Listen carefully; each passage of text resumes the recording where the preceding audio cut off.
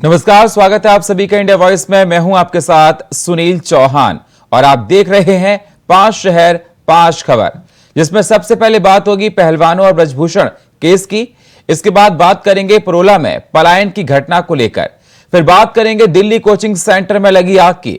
इसके बाद भोपाल संदेश यात्रा के बारे में हम आपको बताएंगे और आखिर में अतीक अहमद के करीबियों पर हो रही छापेमारी की जानकारी भी हम आपको देंगे। तो चलिए शुरुआत करते हैं 5 शहर 5 खबर की। भारतीय कुश्ती संघ के पूर्व अध्यक्ष ब्रजभूषण शरण सिंह को नाबालिग पहलवान के यौन शोषण केस में क्लीन चिट मिल गई है। गुरुवार को दिल्ली पुलिस ने पटियाला हाउस कोर्ट में नाबालिग के यौन शोषण केस की 550 पन्नों की क्लोजर रिपोर्ट दाखिल कर दी। वहीं 6 बालिग पहलवानों के यौन शोषण केस में दिल्ली की राउज एवेन्यू कोर्ट में करीब 1000 पन्नों की चार्जशीट पेश कर दी गई। आरोपियों में असिस्टेंट सेक्रेटरी विनोद तोमर का नाम भी है। दरअसल 7 महिला पहलवानों ने 21 अप्रैल को दिल्ली पुलिस में ब्रजभूषण के खिलाफ यौन उत्पीड़न की शिकायत की थी। इस मामले में दिल्ली पुलिस ने 28 अप्रैल को 2 मामले दर्ज किए थे। पहला मामला 6 बालिग महिला पहलवानों की शिकायत पर था, जबकि एक केस नाबालिग की शिकायत पर दर्ज किया गया था। तो दिल्ली पुलिस से आज ब्रजभूषण को क्लीन चिट मिल गई है। अगली सुनवाई 4 जून को होगी और 4 जुलाई को होगी और 22 जून को होगी। इस खबर पर हमारे साथ नितिन हमारे साथ न्यूज रूम से जुड़ चुके हैं। नितिन, क्या कुछ और अहम जानकारी, जिस प्रकार से देखा जाए आज ब्रजभूषण को दिल्ली पुलिस की तरफ से क्लीन चिट मिल गई है, लेकिन अभी कहा जा रहा है कि 4 जुलाई और 22 जून को अब फिर मामले की सुनवाई होगी। क्या मायने लगाए जाएं क्लीन चिट मिलने के? देखिए, बिल्कुल दिल्ली पुलिस नाबालिग पहलवानों को देखते हुए जिस तरीके से पहलवान धरना प्रदर्शन लगातार कर रहे थे जंतर मंतर पर, लेकिन आज जिस तरीके देखा जाता है दिल्ली पुलिस ने जो चार्जशीट दाखिल की थी 550 पेज की चार्जशीट दाखिल की गई थी, लेकिन उसके बाद पहली जो निचली अदालत में जो राउज एवेन्यू कोर्ट में जो है दाखिल की गई, जबकि दूसरी चार्जशीट जो है पटियाला हाउस जो कोर्ट है उस कोर्ट में पेश किया गया था। लेकिन बताया जा रहा है 6 नाबालिग जो मालिक थी उसमें जो है उनके खिलाफ ये मामला दर्ज कराया गया था ब्रजभूषण के खिलाफ, लेकिन उसके बाद ही जैसे ही आज उनको क्लीन चिट मिली है तो उसको देखते हुए भी जो बताया जा रहा है कि जो पोस्को एक्ट लगाया गया था तो उस पर जो है साफ तौर पर उन्हें क्लीन चिट दे दी गई है। लेकिन उसके बाद ही पहलवानों को जो है पूरी तरीके से धरना प्रदर्शन लगातार चल रहा है। लेकिन उसमें कहा जाता था कि पहले कि जो यौन उत्पीड़न का जो मामला ब्रजभूषण के खिलाफ चल रहा था, जो पहलवान आरोप लगा रहे थे ब्रजभूषण के खिलाफ, तो लेकिन आज जब कोर्ट में जो है दिल्ली पुलिस ने चार्जशीट दाखिल की तो चार्जशीट जो है 550 पेजों की थी। उसमें जो है साफ तौर पर जब अदालत में ले जाया गया था ब्रजभूषण को और जो चार्जशीट पेश की गई तो उसमें जो अगली सुनवाई है वो 4 जुलाई को होगी और दूसरी जो है 22 जून को की जाएगी। नितिन, क्या यह माना जाए ब्रजभूषण शरण सिंह निर्दोष? देखिए, बिल्कुल जिस तरीके से ब्रजभूषण के खिलाफ जो आरोप लगाए गए थे पहलवानों के द्वारा कि यौन उत्पीड़न के मामले में जो पहलवान लगातार धरना प्रदर्शन कर रहे थे, तो अब कहीं ना कहीं देखा जा रहा है कि ब्रजभूषण को जो है क्लीन चिट मिलने के बाद जो है कहीं देखा जाता है कि अब जो उन पर 2 केस लगाए गए थे, जो 2 आरोप लगाए जा रहे थे वो सिद्ध नहीं हो पाए, तो उसको देखे हुए कहा जा रहा है कि ऐसे जो सबूत थे वो सबूत नहीं मिले। जब पहले दिल्ली पुलिस ने कहा था कि आखिरकार जो कोर्ट में अपने सबूत पेश करें, पहलवानों से बोला इस बात को देखते हुए, लेकिन पहलवानों ने जब कोर्ट के अंदर सबूत पेश नहीं किए तो उसको देखते हुए जब पोस्को एक्ट की जो यौन उत्पीड़न का जो मामला यहाँ लगाया गया, जब कोर्ट में उन्हें ले जाया गया राउज एवेन्यू कोर्ट और पटियाला हाउस कोर्ट में 550 की जो चार्जशीट दाखिल की तो उसमें जो उनको जो है अदालत में जो है साफ तौर पर बरी कर दिया और कहा कि उनके खिलाफ कोई सबूत नहीं मिल रहा। जो पोस्को एक्ट की जो सिफारिश लगाई गई तो उसको भी हटाने की बात कोर्ट ने की है दिल्ली पुलिस से। बिल्कुल, आपका कहना है कि कहीं ना कहीं माना जाए कि अब जो दिल्ली पुलिस की क्लीन चिट के बाद ये निर्दोष साबित माने जा सकते हैं, लेकिन अभी सुनवाई 4 जुलाई और 22 जून को होनी है। इस स्टेटमेंट के बाद दिल्ली पुलिस से क्लीन चिट मिलने के बाद विपक्षी पार्टियों क्या कहना है? क्योंकि जिस प्रकार से देखा जा रहा है, जब जंतर मंतर पहलवान बैठे थे, प्रोटेस्ट कर रहे थे, तो तमाम पार्टियां, चाहे वो आम आदमी पार्टी हो, कांग्रेस हो, ममता बनर्जी हो, तमाम पार्टियां इसका समर्थन कर रही थी कि ब्रजभूषण को पद से हटाया जाए। तो क्या यह माना जाए इन पार्टियों की तरफ से कोई स्टेटमेंट आया है? देखिए बिल्कुल, जब पहलवान धरना प्रदर्शन जंतर मंतर पर कर रहे थे तो उसके बाद जो तमाम राजनीतिक पार्टियां, चाहे किसान नेता की बात की जाए या आम आदमी पार्टी बात की जाए, कांग्रेस की जाए, समाजवादी पार्टी का, जिस तरीके से उनको आंदोलन में समर्थन देने के लिए तमाम बड़े नेता वहां पहुंच रहे थे उस समय, जब कहा कि पहलवानों के साथ में अत्याचार बर्दाश्त नहीं किया जा सकता, लेकिन उसके बाद भी जब आज उनको क्लीन चिट मिल गई है तो उसको देखते जी, पहलवानों बहुत ने जो शुक्रिया है नितिन हमारे साथ जुड़ने के लिए आपका। उत्तराखंड हाईकोर्ट ने उत्तरकाशी के पुरोला में 15 जून को धार्मिक संगठन की तरफ से बुलाई गई महापंचायत पर रोक लगाने की मांग वाली जनहित याचिका पर सुनवाई की। मामले की सुनवाई करते हुए मुख्य न्यायाधीश विपिन सांघी और न्यायमूर्ति राकेश थपलियाल की खंडपीठ ने राज्य सरकार को निर्देश दिए कि इस तरह के मामलों में सरकार सख्ती से विधि अनुसार कार्रवाई करे। साथ ही कहा कि इस तरह के मामलों में ना ही कोई टीवी डिबेट और ना ही कोई सोशल मीडिया पर उपयोग करेगा। जिन लोगों के खिलाफ मुकदमा दर्ज हुआ है पुलिस उसकी जांच करे। राज्य सरकार इस मामले में 3 सप्ताह के भीतर जवाब पेश करे।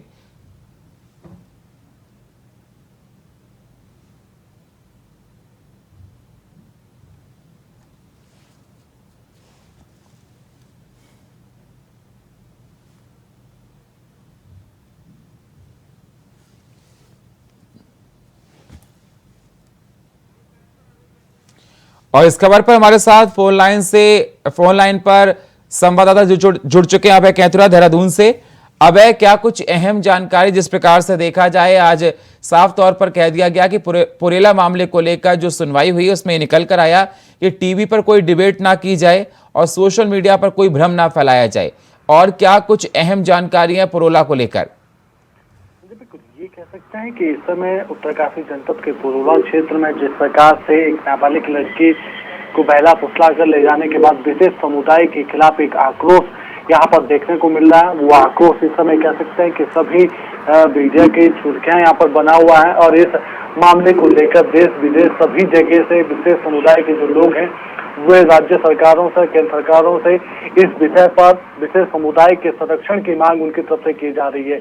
एक याचिका सुप्रीम कोर्ट में दाखिल की गई थी जिससे सुप्रीम कोर्ट ने सुनवाई करने से मना करते हुए इस पूरे मामले को हाईकोर्ट में ले जाने की बात कही थी, और हाईकोर्ट ने इस पूरे मामले पर आज सुनवाई करते हुए राज्य सरकार से 3 सप्ताह के भीतर जवाब दाखिल करने के लिए यहाँ पर कहा है, क्योंकि राज्य में कानून व्यवस्था बनाए रखने का जिम्मा राज्य सरकार का होता है। तो ऐसे में राज्य सरकार कोर्ट को अवगत कराने का काम यहाँ पर करेगी कि उनकी तरफ से किस प्रकार से इस मामले पर अभी तक की कार्रवाई की गई है और कानून व्यवस्था बनाए रखने के लिए सरकार की तरफ से कौन से कदम यहाँ पर उठाए गए हैं। इसके अलावा सोशल मीडिया पर सांप्रदायिक बयानबाजियों पर विराम लग सके, टीवी चैनल से अखबार, जो प्रिंट मीडिया या फिर दूसरे जो सोशल मीडिया के जो प्लेटफॉर्म है उन सभी पर इस विषय को ना प्रचारित करने की मांग यहाँ पर की गई है, और उसके लिए बाकायदा यहाँ पर कोर्ट की तरफ से आदेश भी दिए गए हैं। तो ये समझा जा सकता है कि सीधे तौर पर सरकार पूरी तरीके से बचाव की मुद्रा में है और सांप्रदायिक दंगे यहाँ पर ना हो, सांप्रदायिक हिंसा यहाँ पर ना हो, उसकी कोशिश सरकार की तरफ से यहाँ पर की जा रही है। और उसके लिए जरूरी है कि किसी भी प्रकार से इस पूरे मामले पर जो प्रचार प्रसार का जो माध्यम हो उसको यहाँ पर बैन यहाँ पर किया जा सके। राज्य सरकार की तरफ से कोशिश की जा रही है। पुरोला में इस समय धारा 144 यहाँ पर लगा दी गई है ताकि किसी भी प्रकार से जो महापंचायत की जो सुबुगाट वहाँ पर चल रही थी, जिसकी अनुमति जिला प्रशासन ने नहीं दी थी, उसको भी वहाँ पर रोका जाए। तो ये समझा जा सकता है कि राज्य सरकार, जिला प्रशासन और लगातार कोशिश यही कर रहा है कि पुरोला जनपद की जो घटना है वो आगामी दिनों में और यहाँ पर आक्रोशित और यहाँ पर भड़क न पाए, ना उसको लेकर कोई और दूसरा विवाद यहाँ पर जन्म ना ले, और साथ ही जो हिंसा किस घटना है उस पर विराम लग सके। शुक्रिया हमारे साथ जुड़ने के लिए आपका। दिल्ली के मुखर्जी नगर इलाके की संस्कृति कोचिंग सेंटर में गुरुवार दोपहर 12 बजे आग लग गई, जिससे यहां मौजूद स्टूडेंट्स में अफरा तफरी का माहौल बन गया। जान बचाने के लिए छात्र बिल्डिंग की 3री मंजिल से तार के सहारे नीचे उतरते हुए दिखाई दिए। कुछ ने खिड़कियों से कूदकर अपनी जान बचाई। हादसा बत्रा सिनेमा के पास ज्ञाना बिल्डिंग में हुआ, जिसका वीडियो सोशल मीडिया पर वायरल हो रहा है। लेकिन अब सवाल ये उठता है कि जो कोचिंग सेंटर बच्चों को भारी तादाद में भर्ती करते हैं, वहां इन बच्चों की सुरक्षा को लेकर इंतजाम क्यों नहीं होते? आखिर क्यों ऐसे कोचिंग सेंटर पर प्रशासन की तरफ से कोई सख्त कार्रवाई नहीं की जाती? सवाल यह भी है कि क्या इस हादसे से कोचिंग संचालक, शासन प्रशासन सबक लेगा ताकि आइंदा ऐसी घटना ना हो सके? मुखर्जी नगर की बात करें तो वहां भारी तादाद में कोचिंग सेंटर हैं। ऐसे में क्या उन कोचिंगों में सुरक्षा के इंतजाम मुकम्मल हैं। देश में भी कोचिंग में ठूस ठूस कर बच्चों को एडमिशन तो दे दिया जाता, मगर क्या आपके और हमारे बच्चे सुरक्षित हैं? ये घटना अपने आप में ये सवाल उठाती है।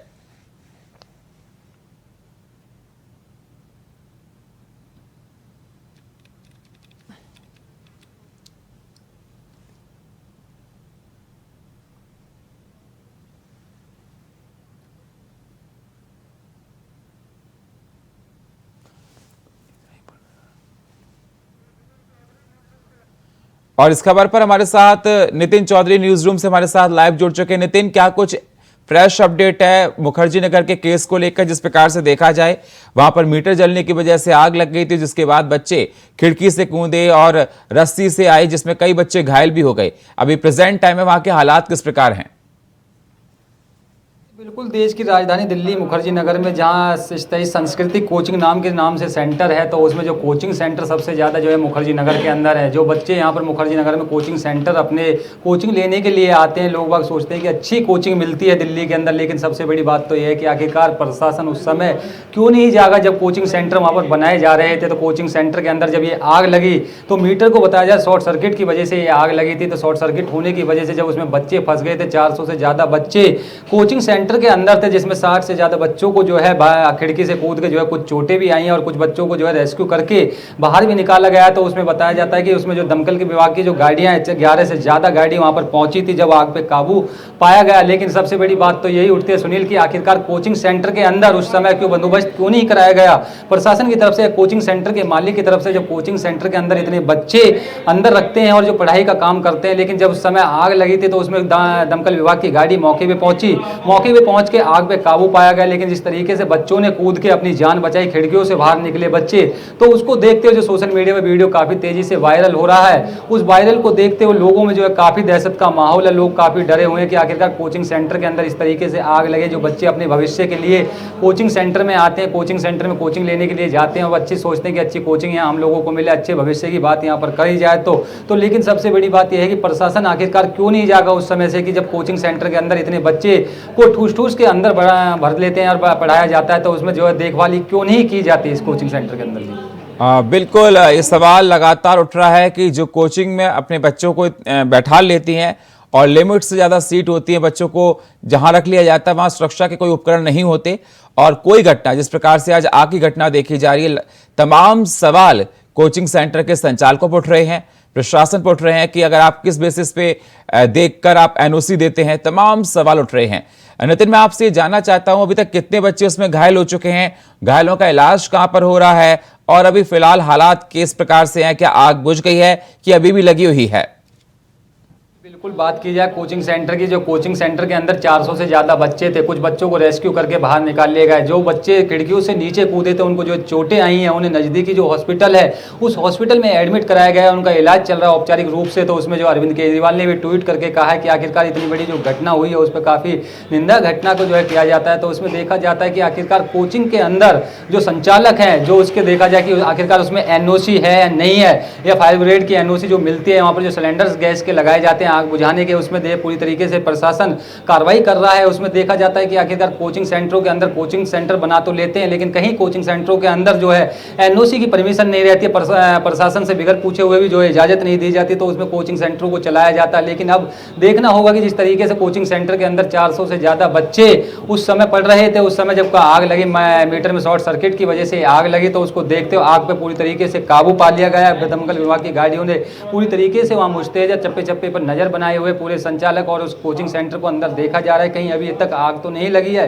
तो उसमें देखा जा रहा है इसी चीज़ को देखते हुए जो कोचिंग सेंटर बनाया गया पूरी तरीके से, तो आखिरकार इसकी एनओसी भी जो है प्रशासन चेक करेगा, और जिस तरीके से कोचिंग सेंटर बनाया है कि अवैध तो कोचिंग सेंटर नहीं है, उस कोचिंग सेंटर की पूरी तरीके से जांच कराई जाएगी। उसके बाद ही जैसे ही सोशल मीडिया पे वीडियो काफ़ी तेज़ी से वायरल हो रहा था कि बच्चे अपनी कूद कूद के जान बचा रहे थे कोचिंग सेंटर के अंदर, जो है 400 से ज़्यादा बच्चे उस समय उस कोचिंग सेंटर के अंदर थे, लेकिन 60 से ज़्यादा बच्चों को जो है चोटें लगी, तो उन्हें नज़दीक जो हॉस्पिटल है उस हॉस्पिटल में जो औपचारिक इलाज कराया जा रहा है, उन बच्चों को जल्दी स्वस्थ होने की कामनाएं लोग कर रहे हैं कि आखिरकार जब बच्चे उस खिड़की के अंदर से कूदे, उन बच्चों को जो अपनी जान बचाने का प्रयास कर रहे थे बच्चे, कुछ बच्चे रस्सियों से कूद रहे हैं नीचे, कुछ बच्चे जो हैं रेस्क्यू टीम के द्वारा उनको बाहर निकाला जा रहा है। तो पूरे बच्चों को जो है जिस तरीके से हालत देखी गई थी कोचिंग सेंटर के अंदर जब भगदड़ मची तो उसको देखते आग काफ़ी तेज़ी से फैलने लगी थी जी।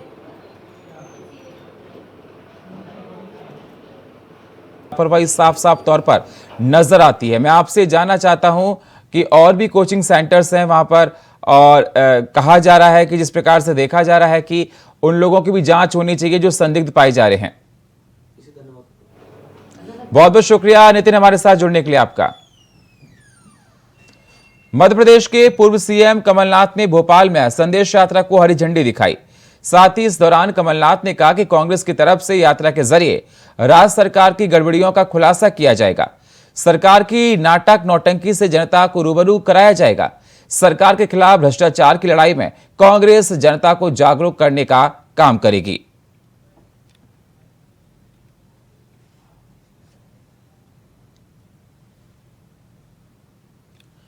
तो आपको बता दें कमलनाथ ने हरी झंडी दिखाई है संदेश यात्रा को और बताया जा रहा है कि लगातार इस यात्रा के जरिए बताया जाएगा प्रदेश में किस प्रकार से राज्य सरकार ने जनता को ठगा है। कमलनाथ ने हरी झंडी दिखाई है, संदेश यात्रा को दिखाई गई हरी झंडी। सरकार के खिलाफ निकाली गई यात्रा और इस यात्रा के जरिए जनता को जागरूक करेंगे। कमलनाथ का कहना है कि किस प्रकार से प्रदेश में मध्य प्रदेश में काम किए गए, जनता के साथ धोखाबाजी की गई है, ये सारी बातें संदेश यात्रा के जरिए जनता को बताई जाएंगी।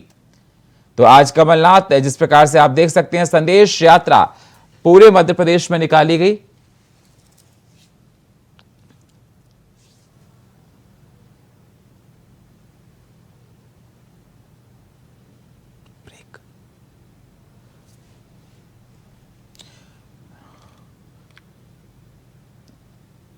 और हमारे साथ जुड़ चुके हैं राजेश आर्या। राजेश, क्या कुछ अहम जानकारी निकल कर आ रही है? जिस प्रकार से देखा जाए आज संदेश यात्रा निकाली गई है और सरकार के खिलाफ यह यात्रा निकाली गई जिसमें कहा जा रहा है कमलनाथ की तरफ से कि जो शिवराज सिंह चौहान की सरकार है मध्य प्रदेश में उसके खिलाफ हम जनता को बताएंगे कि जनता के साथ किस प्रकार से छल कपट किया गया है संदेश यात्रा से।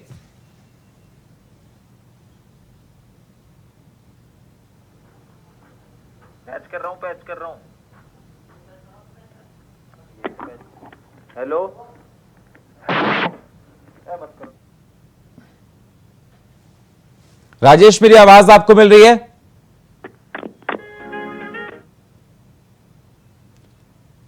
राजेश, मेरी आवाज आपको मिल रही है?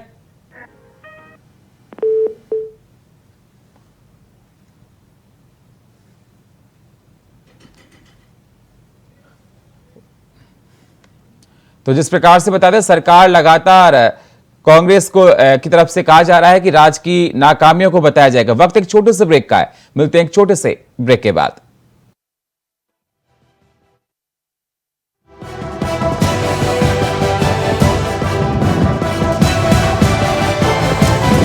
इंडिया वॉइस, आपकी सोच, आपकी आवाज।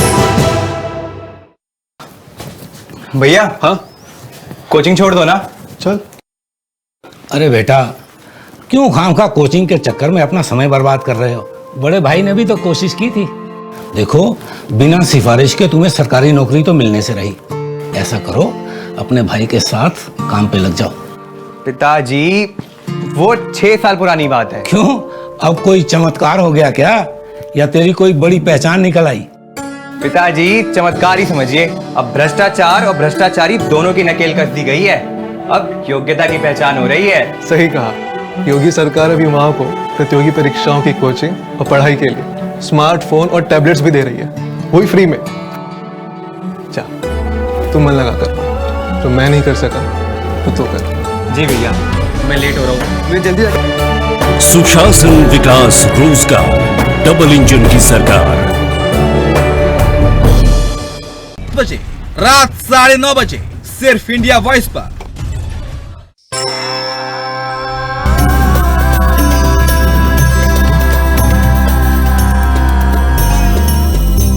देवभूमि समाचार सुबह 11:30 बजे, दोपहर 2:30 बजे और शाम 6:30 बजे।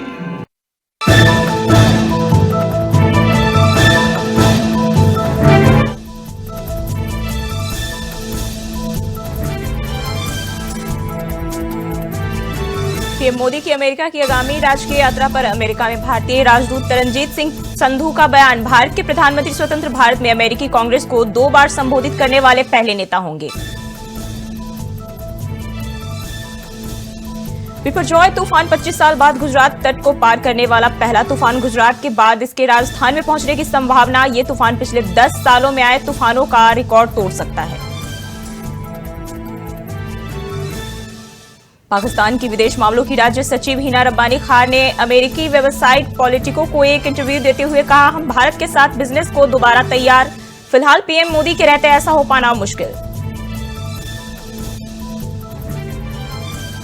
गुजरात के जूनागढ़ जिले में चक्रवात बिपरजॉय के प्रभाव के कारण समुद्र में उठ रही ऊंची लहरें। तटों के किनारे स्थित घरों में घुसा समुद्र का पानी। स्थानीय लोगों और मछुआरों के लिए जारी किया गया अलर्ट।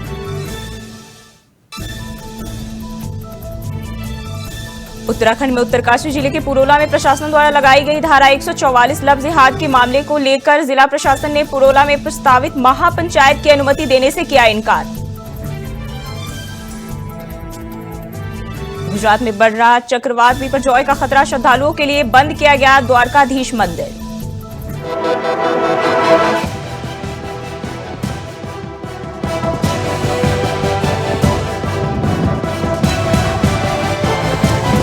इंडिया टॉयज, आपकी सोच, आपकी आवाज।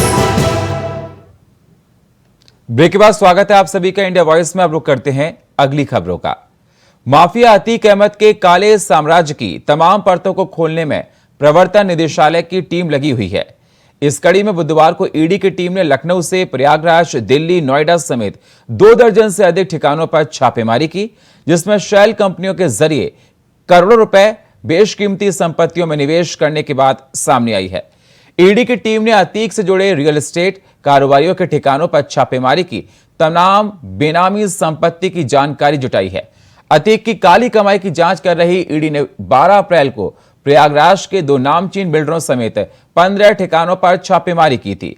हालांकि इसके 3 दिन बाद 15 अप्रैल को अतीक और उसके भाई की गोली मारकर हत्या कर दी गई, जिसके बाद इस मामले की जांच में थोड़ी ढिलाई आ गई थी। लेकिन अब ईडी ने एक बार फिर से इसकी जांच तेज कर दी है। अतीक अहमद के करीबियों पर ईडी का छापा है।